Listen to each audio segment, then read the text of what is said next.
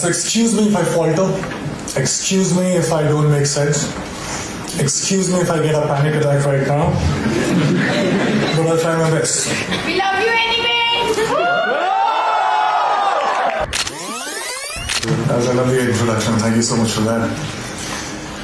I had this habit of carrying chits in colleges, so I became an actor because I had a problem. I was an introvert. You know, I'm the youngest in my family, and I was so pampered in my house that when I used to step out, I didn't know how to deal with people. So I gradually became this very shy introvert kid who could not talk. Well, I still cannot talk, and I have this stage fright. So what I do generally as an actor is I hide behind all these fascinating characters, and then I'm confident. But like right now, as I'm not acting, so there are problems that I'll screw it up. So excuse me if I falter, excuse me if I don't make sense, excuse me if I get a panic attack right now, but I'll try my best. We love you anyway! Alright, I would love to share my journey with you, my learnings, and in case you decide to drop out and join me in Bollywood, it will come very handy. So, I was thinking in the car, what do I talk about? What can I tell you that you already don't know? I'm assuming, and I think most probably, you guys are way much more smarter and better than what I was when I was your age. But after deep thinking, I zeroed down into two things that I can actually discuss about. These two things talk about chasing your dreams and actually living your dreams, which unfortunately nobody mentioned to me when I was starting out. And those two things are, can I write down? Can you see this board? I always wanted to do this in front of professors, so I just... So those two things are the biggest lie and the only truth about success that I was told about.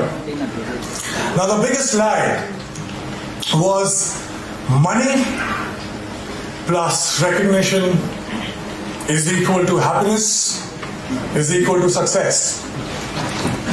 So let me begin by mentioning that I come from a very middle-class family. And when I was growing up, money was a big differentiator in my life. Also, in the three generations of my family that I know of, that are documented, nobody knew what fame felt like. So basically, both money and recognition were missing when I started out. So I already started out as a failure. Let me be very precise. My family told me that I had to become an engineer. Medicals were booked for my sisters. So once I'm an engineer, then I can, try civil services examination, and then probably, that will be like opening the doors for all kind of happiness, and I'll be forever successful. I'll be forever happy. This is the condition that I experienced when I was growing up. All right, fair enough. Good deal. So I became very good in studies. Did fairly well in my 10th board exams. And then off I went to Delhi for my +2, got myself enrolled in a nice school, and Vidyamandir and Fiji and half a dozen of other coaching institutes. And I used to share my room with 3 other similar aspirants. What it meant was, every day after finishing my assignments, school assignments, and preparing for my engineering entrance exam, I had to wash my clothes and I had to cook food for myself. But I wasn't complaining.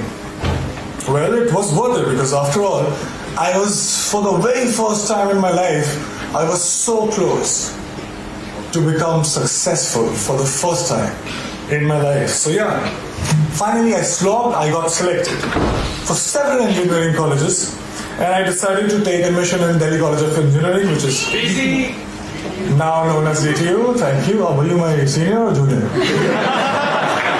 There was a celebration like this in my family too. I could finally stop for a while and breathe, you know. I was telling myself that, you know what, now you have made it. You should be happy because you're supposed to be happy. But it wasn't working that much. Something was missing. There was a void that I could feel. So I thought maybe something bigger was required. For some reason, incessantly, while the first 18, 19 years of my life, the future me was much happier, much successful than the present me. So I was like, all right, fine. So I was forcing myself. I promised, I started preparing for civil services examination, and I was forcing myself to slog, but I was bored. UPSC exams were still far away. In the meantime, I thought of doing theatre, and I thought to learn dance because to counter the shyness that I still have, and also because there were no girls in my engineering college for some reason. I felt cheated, man. We slog so much, you crack the entrance exam and you find that there are no girls. So somebody told me that there are very good-looking girls in dance schools. So I was like, fine, I'll go there. And once I started with performing arts, I knew one thing for sure. I knew that I quite liked it. And 3 years later, imagine me sitting in the campus and I'm thinking, all right, I'm really interested in performing arts. And all I want to do is to earn money and to be recognized. So if I become a movie star, I actually was very serious and I dropped out of my college in the third year when I was just 2 semesters away from getting the degree, engineering degree. Came to Mumbai, got heavily into theatre and also other skills that I thought were necessary to become an actor. And by the way, this time I stayed with 6 other guys in a single room kitchen, but this time I was prepared for it. This time there was one difference. I was driven. My self-respect was at stake. My ex-college mates, one of them is sitting right here in black shirt, they thought that I was that disaster that folks in engineering and B schools should never become. So I had to prove a point to everybody. I had to prove a point to my family. Most importantly, I had to prove a point to myself. And this was the time when I was also a background dancer. So I was dancing behind all the possible stars that you can think of, Shah Rukh Khan, Shahid Kapoor, everybody. And I was thinking to myself while I was performing, okay, it's just 3 steps away, there I have to get. And everything will be sorted. And I kept going like that. And 2 years later, guess what? I got myself my first big break. I was selected for a primetime show on a TV. Now hear me out, it was seriously a big break because I started earning. People started recognizing me. To be honest, I would deliberately go and roam in all these malls so that people could look at me, smile, ask for my photo.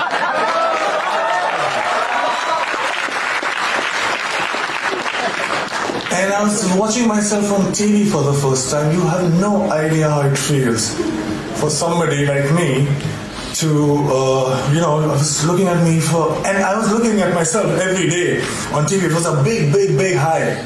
I also suddenly discovered that I actually had many friends. I'm like, who were absent all this while, but suddenly they popped up. And the show became popular. I was making good money to a point that money stopped being a differentiator in my life. And I was becoming more and more popular. Now I cannot go to all those malls that I was going all alone. So I wanted somebody to be with me, to save me. I bought myself my first dream house. I bought myself my dream car. And just a note to you as well. I was getting such female attention that my engineering college friends could only possibly dream of.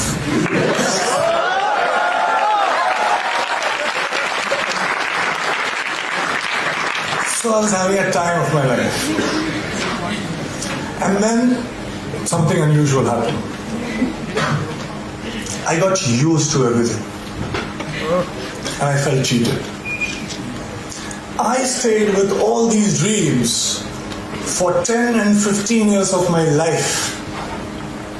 I was promised happiness and I was promised success. But all these things stayed with me just for a few days.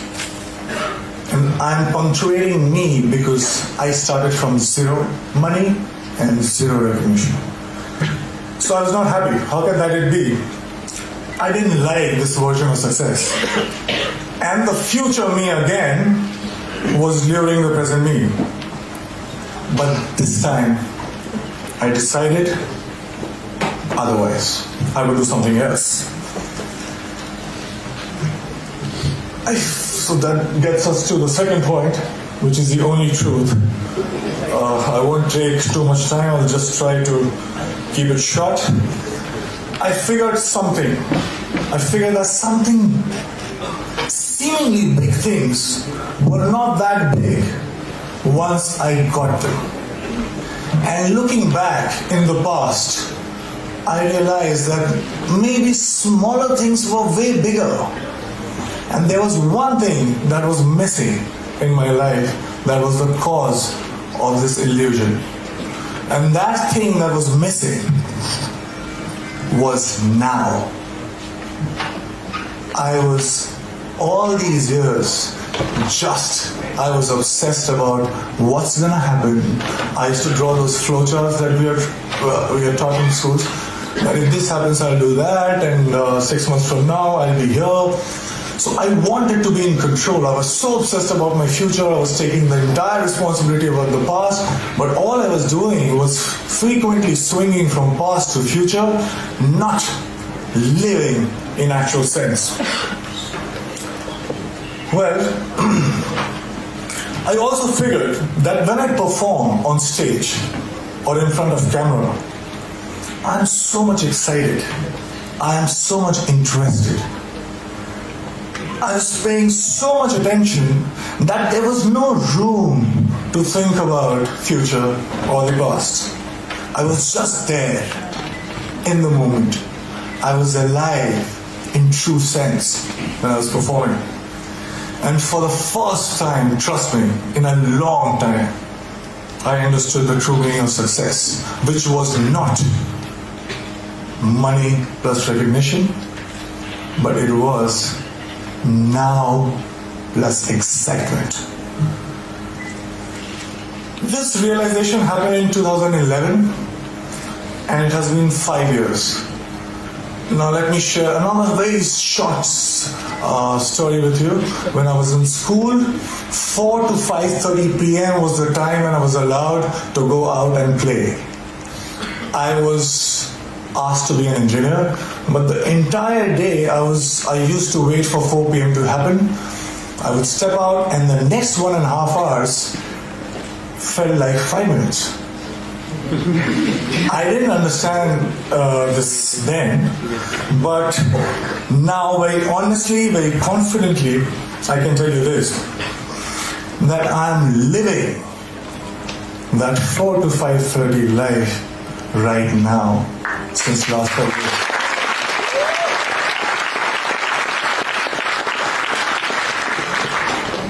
Cause and effects are not different.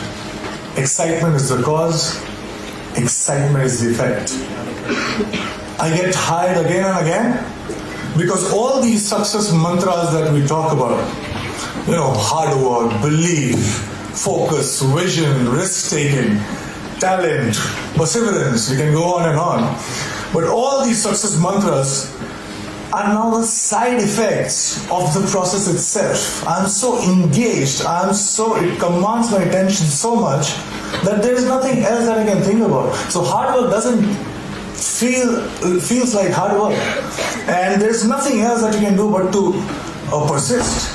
Talent you will cultivate, vision you will get, focus there is no other way because it's commanding your attention so much. So here I am right now, 5 years down the line. Money and fame, although still could not earn back their reputation in my life. But let me show you one thing. I have much more of them than I had ever planned. And the best thing, my college, one of the professors was very dear to me, called me recently about asking me to plan this interaction with students. And I very humbly requested that can I get my degree back?